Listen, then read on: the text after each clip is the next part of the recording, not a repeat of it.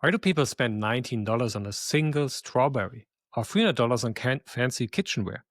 Well, they are called little treats. And if you think they're stupid, you probably need one. Welcome back to Follow the Rabbit, hosted by Igor Schwartzman and me, Johannes Kleske. Follow the Rabbit is a podcast where we explore cultural phenomena and emerging trends to help you update your mental models of the world. We've been covering topics like little tweet culture for a while, and now Igor has developed a framework identifying what he calls Aspiration Cascades that explain why people appear to have more disposable income than ever. I'm not going to spoil it for you.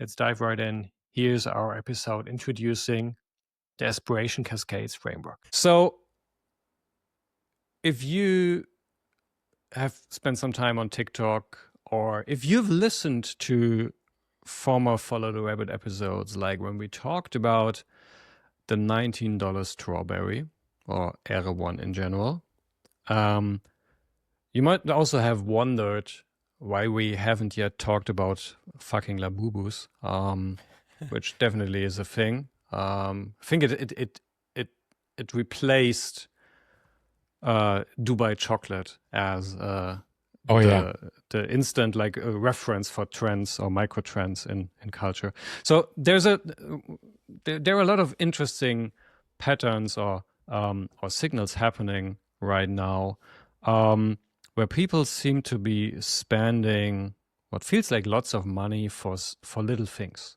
So they do like $20 strawberry, $19 strawberries, $20 smoothies. I'm pretty sure it's not $19 anymore. Yeah, probably. So they and then they get collectibles again and carry them around on their bags. And all kinds of things. They spend a lot of. It seems like people are spending a lot of money for like smaller things, and I mean you see it in simple context where we're not getting the big new kitchen, but we spend a lot of money on kitchenware and very fancy kitchenware, and it doesn't always have to be the sous vide. For most of us, it's just an air fryer, especially us guys. We like I'm seeing you there, and I think we spend a lot of money on good coffee. That's true. And so there's an interesting pattern happening. We seem to be spending a lot of money on simpler things, spend more money for them. I mean, there's always, like when we talk about coffee, there's always to talk about like it's coffee gotten so expensive, but people are happily spending it, especially here in Berlin. You might have even seen, like if you read The Economist, even The Economist recently reported on a new coffee chain in Berlin that is doing fancy coffee with like a lot of branding and stuff like that. There's actually a new chain that just opened last week here. And so there's terms that you might have seen pass around, like little treats culture. And we really want to dig into that and try to figure out what is that all about. So, Igor, what is that all about? Why are people all like spend so much money and time on the little treats? Because we don't have money for the big treats anymore. Thank you for tuning in. It was a pleasure. Leave a comment, like, and subscribe. No, but all jokes aside. So I've been kind of like, we've been, doing a lot of podcast episodes around stuff like, why do people invest more money into sleep? Why do they invest money into their health? Like, it's all being kind of atomized into those different things. And there is like just a plethora of options of how to spend money today that wasn't available 20 or 30 years ago.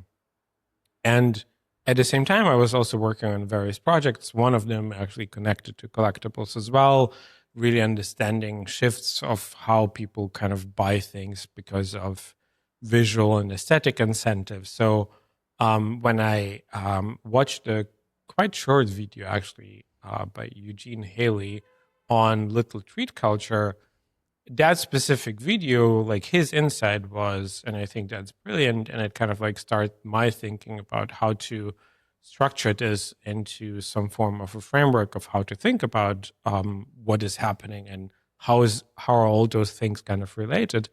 Um, his insight was to say, well, basically, starting with millennials, we are becoming kind of rich in cash flow, but poor in assets. And Okay. that created kind of this space. And I think like another component in that same time and that kind of same transformation of economics is also like the Uberization of everything. So we don't own cars, we share them.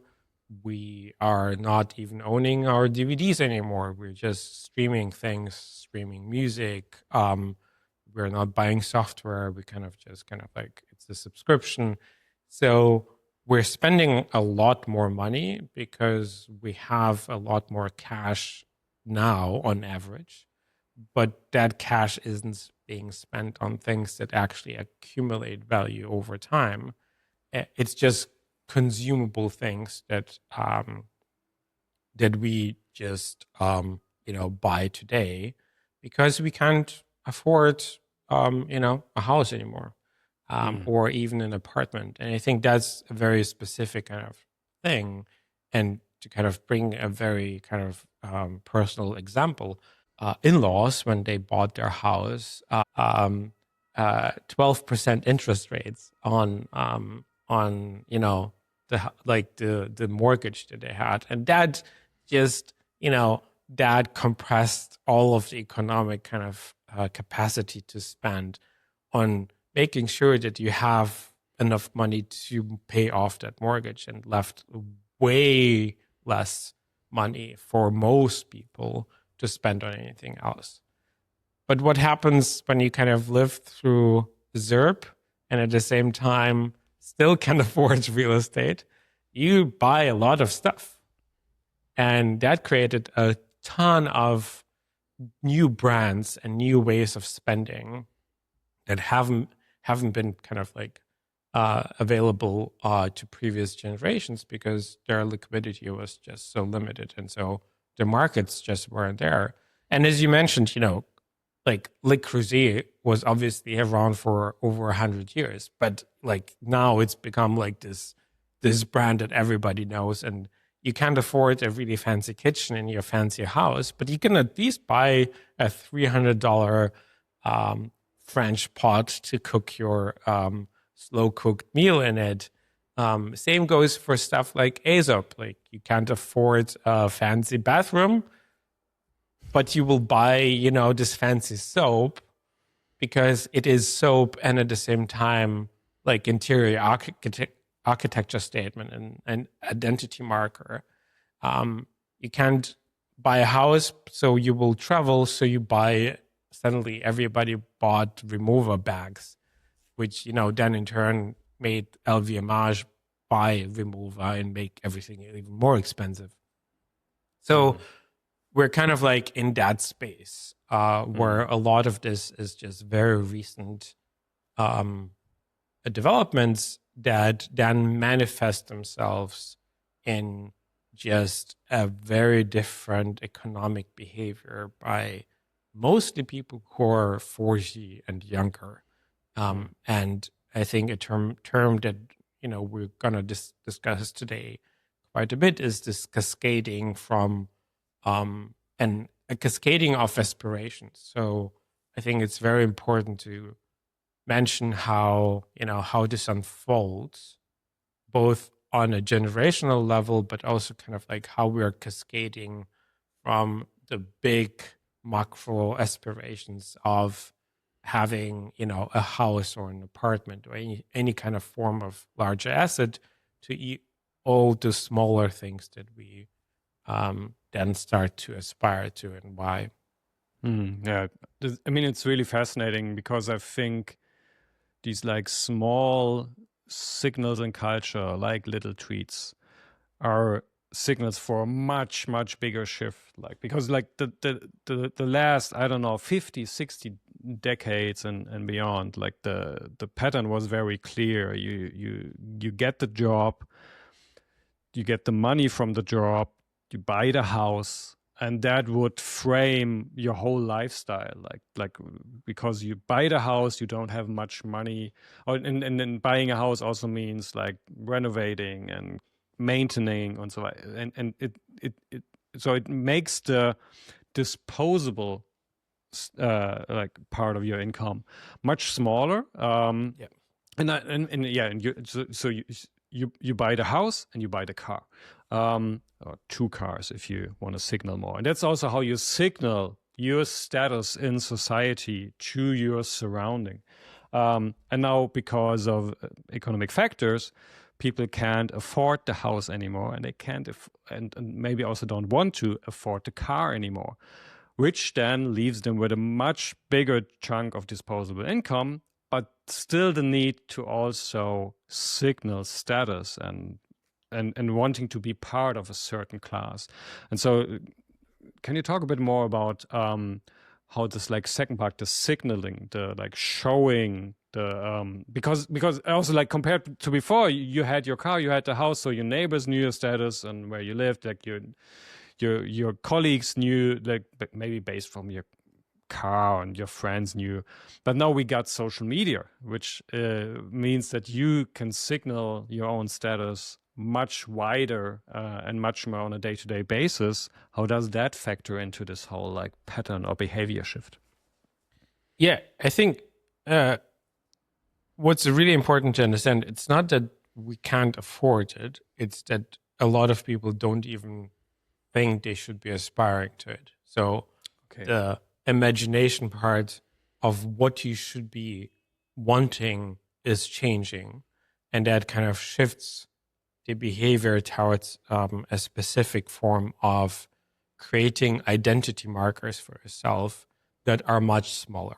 As you said, let's just stay there for a second, because I find that interesting. What do you think how this came about? So was it just like, oh, we can't afford it anymore, and then we basically shifted to like feel more in line with what we can afford? Or is it more, or this is, we don't buy cars because they kill the planet, and so we shift away from buying cars and to try to signal something else?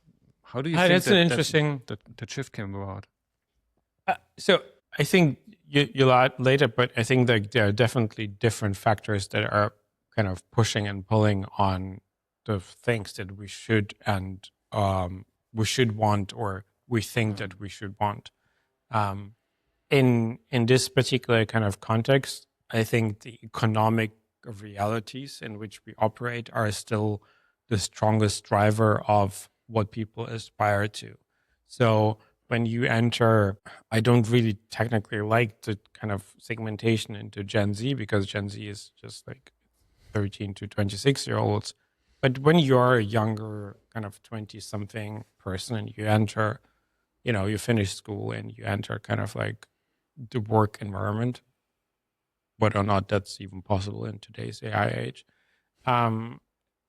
you kind of adjust your expectations towards what is like, you already come in with adjusted expectations of what the end goal should be, because like in the US, over 50% of Gen Z, even the ones that are finished with school, are still dependent on a monthly basis on their parents for economic support.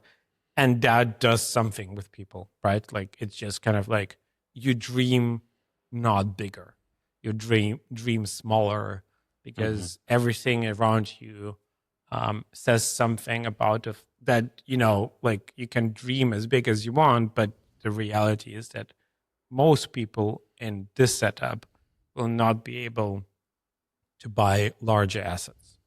And that, that kind of creates the necessity to find ways of express yourselves differently, and find ways of document and manifest your purchasing decisions as a form of compensatory like identity building components. And so when we kind of talk about kitchenware and remover, that applies mostly to millennials, where they can kind of like, they came from the setup where they can afford to buy $1,000 bag or go on a $7,000 summer vacation. But a lot of the younger people are kind of like left with just the ability to think about a luxury in form of a $25 smoothie. And so that's kind of like the second compression, where you kind of like, it's the house, then it's like the fancy vacation and traveling the world. Now it's kind of the labubu and the smoothie, and that becomes like rocket fuel in a super like aesthetically visual communicated kind of media environment where we can snap a picture of everything. Mm-hmm. And suddenly even the weirdest, most banal thing becomes kind of like aspirational. So, like, and one example for me is definitely like during COVID, we all started standing in line at the fancy sourdough bakeries in Berlin.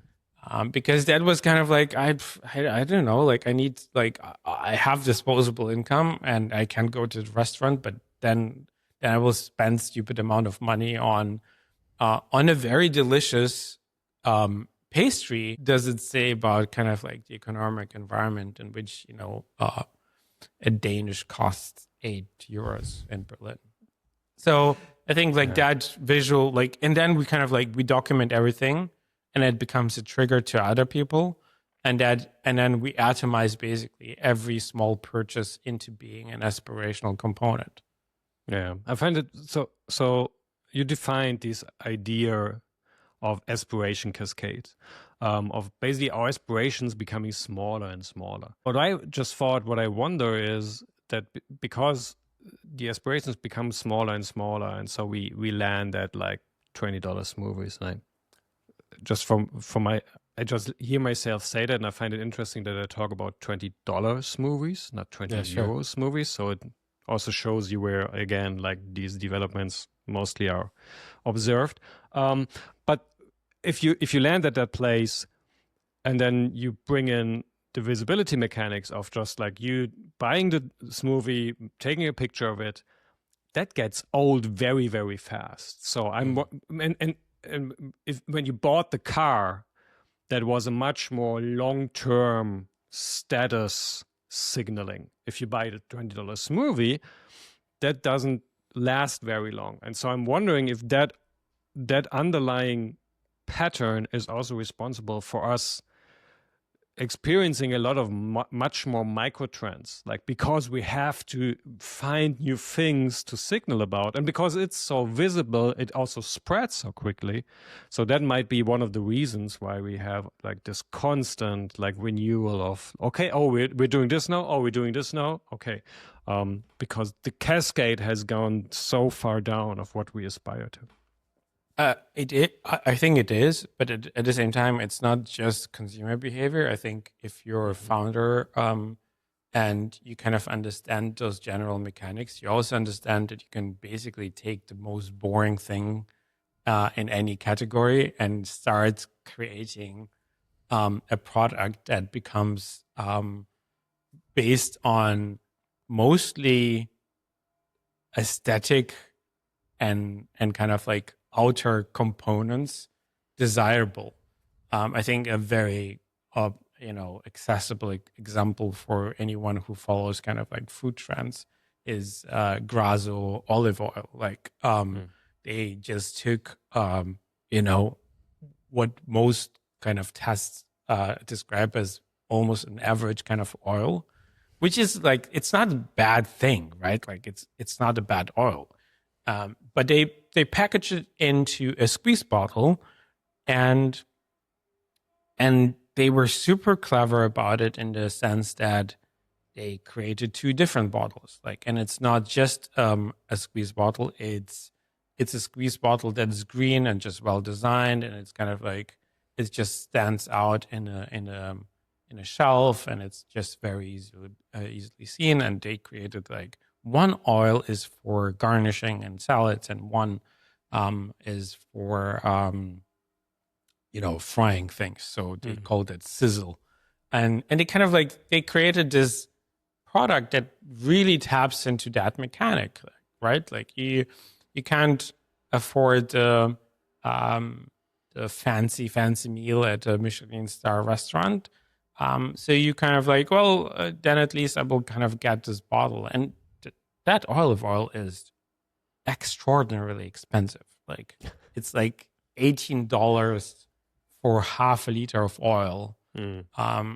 So, I mean, generally olive oil in the US is quite expensive, but still, like, it's a premium product. And I think that's a really great example of how this manifests in the fact that, a lot of brands are figuring out that there is disposable incomes in categories that have been underserved before.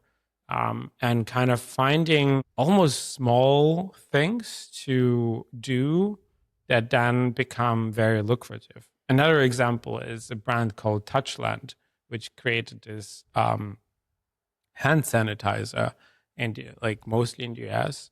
And it's really like, I mean, they got lucky, obviously, because they started the company in 2019 and obviously orchestrated a pandemic to kind of become rich. But basically, it's a hand sanitizer with flavor and a nice packaging, and people started using it, as something that they clip on to their backpacks because it kind of showed people, well, I just don't have a hand sanitizer. I am very specific about my hand sanitizer, and that brand, and I think like to contextualize it, that brand, when it got acquired for $880 million, had only 5% of market share in the US. So it's not the overall size of the market that you capture. It is both the ability to extract a lot of profit from one product, but it also kind of just captured the attention for that specific category. So it's like Aesop is like the most obvious one that everybody knows. Like, why do we have now so many soaps with a brown bottle? Because of Aesop. I think so. So the main killer insight I take from this is do things that you can clip to your bag. I think that seems to be the thing. Again, like with visibility mechanics, like how do I show things, and more how do I show things again in the physical world, not just on Instagram. But it's interesting, like how what you described. Like instantly, my mind goes to so also storytelling in this. Like if you go down the Aspiration Cascades, storytelling becomes even more important and it has to like evolve and keep going and do new things into that. But then last year there was this famous essay about dopamine culture, and which is an interesting concept, which you think also plays a role in the patterns underlying this development. How do you see that? It's quite obviously with the visibility culture and signaling stuff, and there's I think an instant connection to this, but what is dopamine culture and how does it connect to this? Yeah, I mean, so every time you post something on Instagram or LinkedIn or any platform really, like every environment more or less online right now is designed to give you micro dopamine sensations. So you post something, and a fairly natural thing for most people, myself included, is to wait for that first like. And then you kind of like it's that way of being acknowledged in the world that has been designed into every system, and we sometimes call it attention economy. I kind of like also call it aggravation economy. But basically, all of those things have been kind of adopted mostly by social networks, Meta, Facebook, that kind of stuff. And then that then also became a little bit translated. Well, not a little bit, but comparatively a little bit. I think like imagine every physical product is designed the same way that the social network is designed. That would be a quite different world. But basically, that's, to a certain extent, also what's happening in a world where everybody is trying to be acknowledged, but also burns out because of that, being like super stressed about everything. You kind of seeking acknowledgement, and that can manifest itself in different kind of micro moments of indulgence.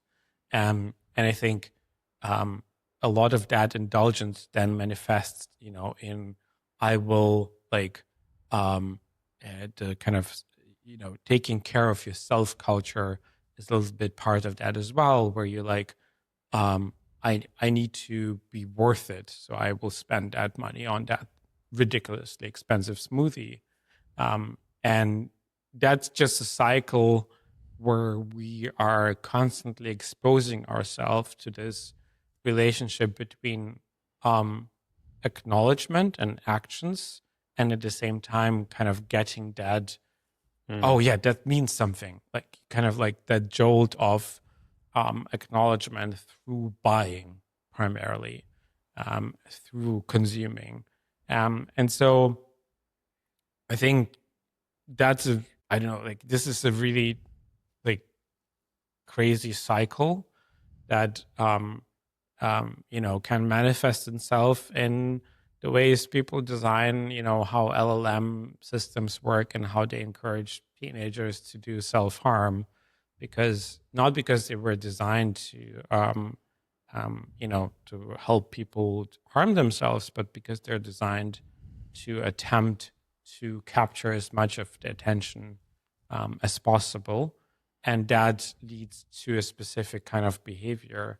And we can see this in, like Labubus or any form of other collectible that has been out there, are very much designed in that way. Like you have mechanics like what's it called? Like basically you don't know what you're buying, so you kind of buy something that's packaged in a way. Mystery boxes, yeah, this mystery boxes, and then that moment when you kind of tear up that package, that's when dopamine is being released, right?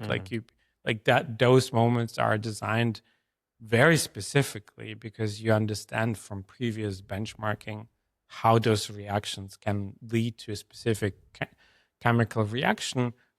But the problem is that only kind of, it's like inflationary. And so that creates stresses, burnouts, all of those things where we are constantly craving that thing, but we can't just get enough of it. And so that's definitely a big part of dopamine culture.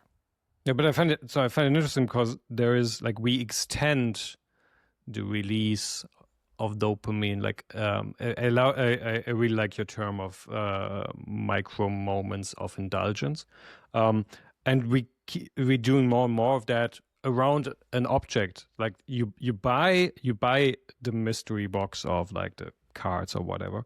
You buy it, or you anticipate buying it. It's a kick. You buy it, then you open it, filming yourself while it. So you open it, you get the, oh, I got this one, and you do it for the camera. Then you post a video of you opening it, and you get likes for that. You get feedback for that. I mean, like just if you look for unboxing anything on YouTube or Instagram, it's unbelievable how much content is there that's just doing unboxing of whatever you can buy. And so we keep like stretching it out, what we can do around a single object that we spend money for. We're really milking it. And just to be fair, I think there is some dispute around, like, is that really dopamine culture? Is there something else there? I think it's a good, or it's an interesting term to sum up what's happening there. Yeah. So if we take all of this together, you've defined like what I think are like 4 cascades of aspiration. Can you just take us through like basically the framework that you've created around all the stuff that we've talked about so far? Yeah, so I kind of like I took as I said, like I was doing a little bit of work in that space, and then I kind of had this moment from watching Eugene's video, and then I tried to kind of understand systemically what is actually happening, and basically defined what I call an aspiration cascade framework. And the 4 steps are, you have like blocked macro aspirations where you kind of don't even think about the fact that you can afford buying a house or a car, and that's basically a connection out of economic barriers and intentional fragmentation. Because you kind of start looking for other ways that are out there, and that instantly fragments that space of where potential aspirations should go. And that creates kind of like the mid luxuries. That's the fancy travel, the very expensive kind of clothing. Like one of the reasons why we have so ridiculously many brands that are selling you like a 400 euro t-shirt. That's one of the reasons, because there's so much more cash in the system for consumables than ever used to be. And then the problem becomes, though, well, what happens when I can't even buy that? So you have cost pressures and dopamine loops that create kind of like this need to, well, I can't afford the $400 t-shirt or the Yeezy sneaker, so I'm kind of going down in the cascade into micro luxuries, and those kind of manifest in forms of Aesop soaps or fancy danishes, a really expensive coffee. Like coffee is something that we both kind of like watched that space for like now really kind of like 20 years. And yes, third wave coffee was always expensive, but one of the reasons why it became so much more expensive over the last kind of like 5 to 7 years is because a lot more people started paying attention to it as a form of not just drinking a good coffee, but it's a form of identity kind of thing. And so you have just so much more people who are suddenly interested in a sophisticated coffee, preparation, the machines, like how many, suddenly we have, so many different espresso machines that are in that segment of between 800 and 2,000 euros that have never been out there before. Like nobody, like that wasn't a thing. And a company like La Marzocco, who used to only sell through salespeople who are kind of selling, in a gastronomy context. Yeah.